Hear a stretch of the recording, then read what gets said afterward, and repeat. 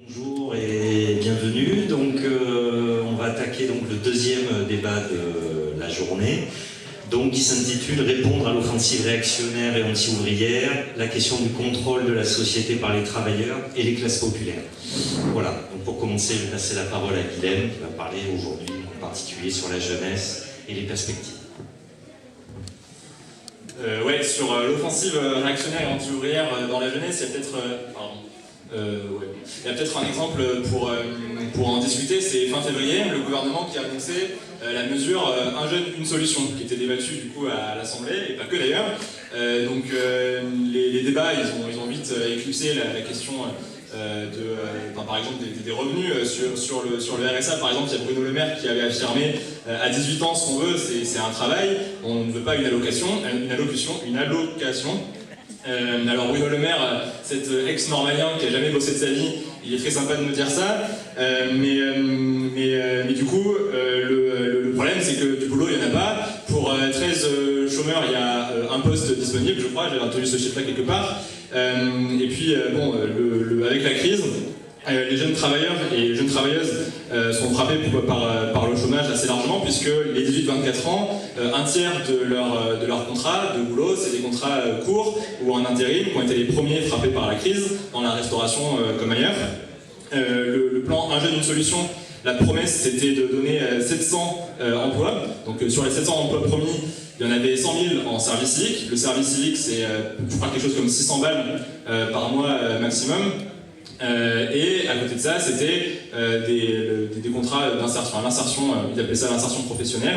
Donc en fait, c'était des subventions par l'argent public de patrons. Les patrons pouvaient gagner 4 000 balles, même pour des CDD de 3 mois subventionnés par le gouvernement. Donc c'est de ça qu'il s'agissait.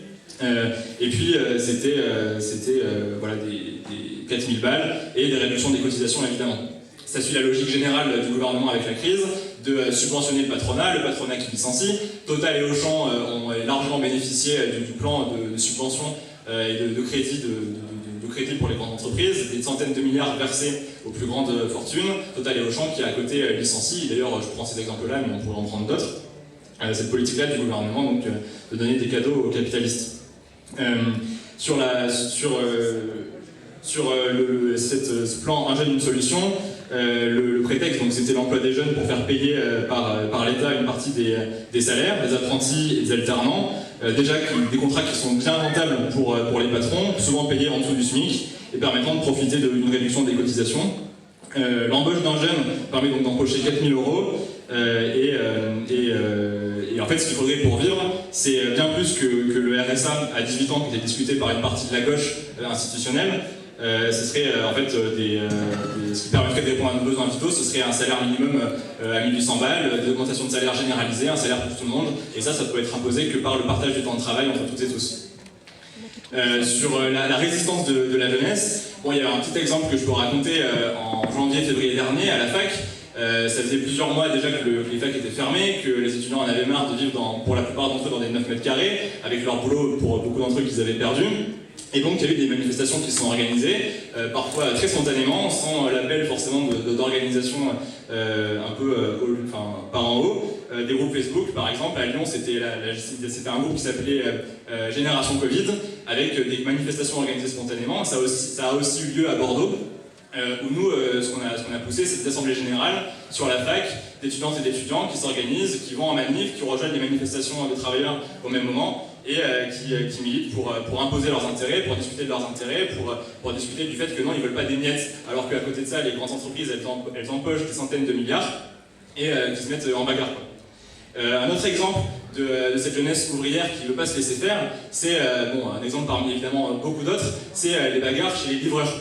Des livreurs qui, pour beaucoup d'entre eux, n'ont pas de papier, des Deliveroo ou Uber Eats. Il y a eu une grève à Nantes de plusieurs centaines d'entre eux, 300 livreurs au pic, qui s'organisaient évidemment, il n'y avait pas de syndicat qui reconnaissait des organisations de travailleurs sans papier à Nantes, et donc qui se sont organisés et qui sont très vite politisés. Ils disaient par ailleurs que leur usine n'a pas de mur, leur usine c'est la rue, et c'était aussi l'illustration d'une lutte très politique, puisqu'ils subissaient le harcèlement policier en tant que travailleurs et travailleuses dans la rue, et puis ils subissaient aussi de plein fouet un arrêté municipal de la mairie de Nantes qui portait sur l'interdiction des scooters thermiques dans le centre-ville. Alors évidemment, quand c'est son outil de travail, c'est tout de suite compliqué, et donc les travailleurs se sont organisés, ils sont mis en bagarre. Ça posait plein de problèmes, notamment le salaire à la pièce, le fait qu'on revient au 19e siècle dans une situation où le patronat paye sans aucune garantie pour les travailleurs, sans aucun moyen de se mettre en sécurité. Un chiffre qui avait beaucoup tourné, c'était les 200 livreurs qui étaient morts pendant la pandémie à Istanbul, dans des conditions où évidemment ils n'ont aucune garantie sanitaire ou autre, et où les cadences sont de plus en plus délirantes. Donc une bagarre parmi tant d'autres de cette jeunesse ouvrière qui illustre aussi toutes les reconfigurations du salariat, des formes que ça prend, et avec justement ces salaires à la pièce, et puis ces algorithmes aussi qui calculent des temps de livraison qui parfois sont délirants tellement ils sont bas, parfois 2 fois plus bas que ce qui était même donné sur Google Maps. Bon, du côté des perspectives politiques de cette jeunesse, il y a la jeunesse ouvrière qui subit de plein fouet les attaques du patronat et qui se laisse pas faire, qui riposte. Et puis même du côté de la jeunesse qui est dans les facs, qui souhaite faire un boulot utile à la société. En fait, on voit bien que dans le capitalisme, des boulots utiles à la société, il n'y en a plus beaucoup pour cette jeunesse qui souhaite devenir diplômée. Être architecte pour construire du mobilier anti-SDF, ça fait rêver personne. Être ingénieur pour des entreprises qui polluent ou qui fabriquent des armes, ça fait rêver personne non plus. Médecin, un exemple, c'est la médecine du travail. Quand on a le dos cassé par des années de boulot ou quand on n'arrive plus à respirer, qu'on va voir le médecin du travail, désolé, mais ce qui détermine votre maladie, c'est pas quelque chose de... Enfin, c'est les conditions de boulot, c'est le fait que tant que c'est les patrons qui dirigent les entreprises, on ne pourra rien faire contre ça. Donc pour cette jeunesse qui cherche à être utile pour la société, on se rend de plus en plus compte que la seule perspective, c'est de guérir la société de la maladie première, le capitalisme, une exploitation par les patrons, la propriété privée, une révolution qui devient de plus en plus urgente, et cette conscience que aussi la force sociale qui peut changer le monde, c'est les travailleurs et les travailleuses, la classe ouvrière. On le voit avec par exemple l'écologie. L'écologie, on nous vend un peu de 2 choses. La première, c'est les petits gestes, l'idée qu'on pourrait sauver la planète en arrêtant de consommer certains, par exemple, je sais pas, il y a toute la polémique sur les pailles en plastique, tout ça, etc. Il y a même sur le prix de l'essence, Sandrine Rousseau qui était censée se faire l'aile gauche des Verts, qui nous a annoncé que l'objectif c'était de monter le prix de l'essence à 2 € par litre. Donc elle n'a peut-être pas retenu la leçon de 2018, mais là aussi on fait payer l'écologie sur le dos des plus pauvres. Et puis un autre axe aussi qui est mis en avant par tous ces démagogues encravatés, c'est l'intervention de l'État. Il faudrait que l'État intervienne pour faire pression sur les entreprises. Alors c'est vrai que les manifestants qui réclament ça, ils ont raison de passer un peu à l'étape supérieure, à l'organisation collective, mais on voit que les États qui sont tous au service des plus grands patrons, quand ils se réunissent avec les patrons, c'est pour discuter des subventions qu'ils vont leur donner, c'est pour discuter des cadeaux qu'ils vont pouvoir leur faire, et parfois même des licenciements qui pourront être justifiés par l'écologie. Des capitalistes qui se repeignent en vert, qui disent que comme l'usine est polluante, alors il faut la fermer. Problème dans le capitalisme, toutes les usines sont polluantes, donc ça permet aux patrons de licencier quand ils veulent. Donc sur l'écologie, là aussi, les travailleurs qui font tourner toute la société, ils connaissent les solutions. Les solutions, elles sont universellement connues et faciles à réaliser. Les travailleurs, ils savent où sont stockés les produits polluants, ils savent où sont stockés les produits qui peuvent mettre en danger la population. Donc là aussi, pour ces jeunes qui sont intéressés, qu'on veut regrouper, qui veulent changer la société, ils se rendent bien compte que pour l'écologie comme pour le reste, c'est les travailleurs qui font tout tourner qui peuvent changer la situation. Et puis un autre truc aussi, par rapport à la campagne présidentielle, à tous ces démagogues qui vont nous vendre leurs fausses promesses, on sait bien, nous, que le problème, il n'est pas constitutionnel. Que dans la Constitution, il y a le droit de tout le monde d'avoir un travail, le droit d'avoir un logement. Même pour les luttes féministes, elles s'en sont vite rendues compte. L'égalité salariale entre les hommes et les femmes, elle est inscrite dans la loi. Et pourtant, les patrons, ils font ce qu'ils veulent. Ce qui détermine réellement la réalité de millions de travailleurs et de travailleuses, c'est le rapport de force dans les entreprises. Le fait que les patrons, ils ne respectent pas le droit du travail, ils ne respectent pas leur propre législation tant qu'il n'y a pas des travailleurs pour leur mettre le nez dans le caca. Donc ce qui manque partout dans le monde, ce qui manque de mobilisation de la jeunesse et du monde du travail, c'est pas la détermination, c'est pas la colère, la rage d'en finir avec ce monde de merde, mais c'est la conscience que le pouvoir ne pourrait leur appartenir. C'est la perspective politique, indépendante de tous les calculs institutionnels, d'un pouvoir qui soit entre leurs mains, d'un pouvoir ouvrier. Tous les jeunes auxquels on s'adresse, c'est pour leur dire que s'ils veulent pas moisir toute leur vie, s'ils veulent vraiment changer la société, être utiles à la société, il faut se rallier à nos idées qui tiennent en peu de mots. c'est que cette société elle est pourrie, il faut la foutre en l'air et en construire une autre. Et ce, en indépendance de cette gauche institutionnelle qui, sur tous les sujets, nous vend des promesses. Sur les licenciements, nous raconte qu'il faut relocaliser les entreprises, qu'il faudrait faire la guerre aux travailleurs polonais, marocains, chinois, alors que le problème, c'est avant tout de partager le temps de travail. Si les patrons remplacent du boulot par des machines, ben, tant mieux, on répartit le temps de travail, on les met au service de la société. Sur plein de sujets, on a vraiment des choses radicalement différentes à dire, de tous ces Roussel qui remettent la faute sur Roussel qui sortait par exemple que l'un des chefs du PCF qui disait que les travailleurs migrants qui n'avaient pas de raison de rester ici, il faudrait les reconduire à la frontière. Mélenchon qui, lorsqu'un prof a été tué par des fanatiques religieux, disait qu'il fallait faire attention avec les visas pour les Tchétchènes. Bon, nous, au contraire, on est sur une solidarité avec tous les travailleurs qui fuient les guerres, qui cherchent du boulot. Et cette perspective-là, elle est contradictoire avec celle de cette gauche encravatée. Et c'est aussi pour ça qu'on veut présenter un candidat, Philippe Poutou, une voix sincère dans leur concert de mensonges, une nouvelle fois, comme on disait pour d'autres campagnes, et qui fera entendre, qui regroupera cette jeunesse révoltée par le capitalisme, qui veut la foutre en l'air, qui veut le foutre en l'air, et qui veut construire une autre société. Bon, voilà.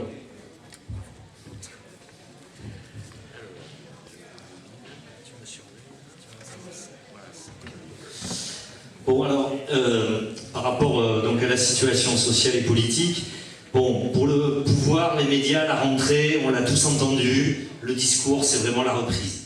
Voilà, c'est une prévision de croissance à 6,25% sur l'ensemble de l'année 2021. Tout le monde est là-dessus, passant de côté que tout ça se construit sur un océan de dettes, c'est 116% du PIB, et y compris que sur le fond, c'est la reprise en fait des profits subventionnés par le gouvernement, et une reprise qui annonce un retournement.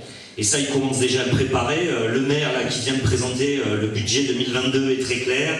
Il l'a expliqué, une partie des fruits de la croissance doit aller à la réduction des déficits et à la baisse de la dette publique.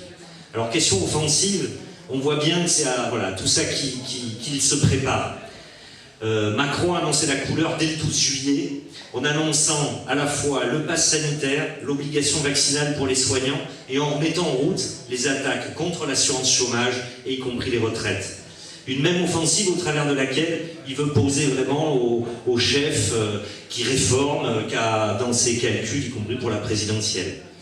Alors, d'abord sur la pandémie, le gouvernement, là-dessus, on le voit, il ne sait que mettre en place une politique de police sanitaire, alors qu'il a, y compris pendant toute la dernière période, continué les plans de suppression de lits dans les hôpitaux et que les conditions de travail dans la santé deviennent absolument intolérables. Avec le pass sanitaire, qui pourrait être prolongé jusqu'à l'été 2022, on vient d'apprendre, il donne le pouvoir aux patrons de suspendre, de licencier sur des questions médicales censées être confidentielles.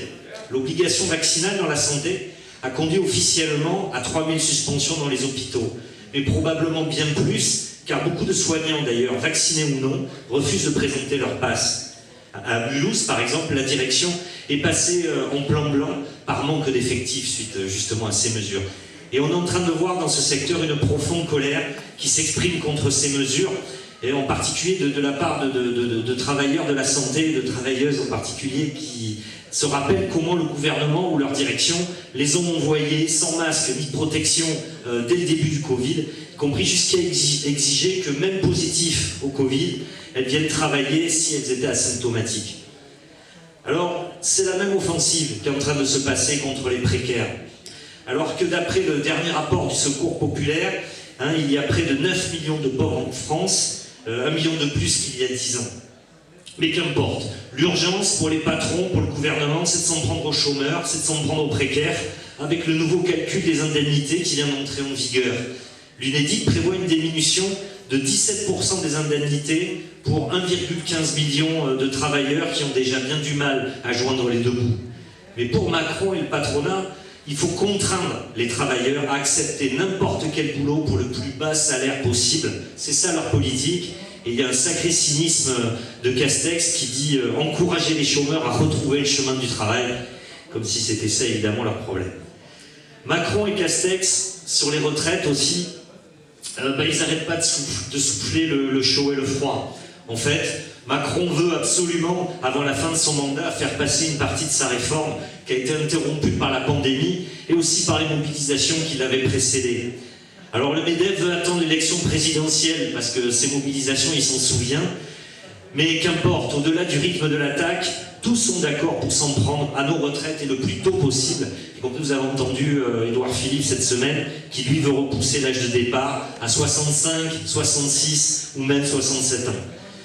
Alors, le problème, c'est que face à tous ces discours, les directions syndicales qui ont participé à tous les sommets, ils sont restés sur le terrain de la discussion sur est-ce que c'est un bon timing ou pas un bon timing, comme si le problème, c'était pas justement de s'en prendre de front à ces réformes dégueulasses contre nos retraites et le recul social que ça représente.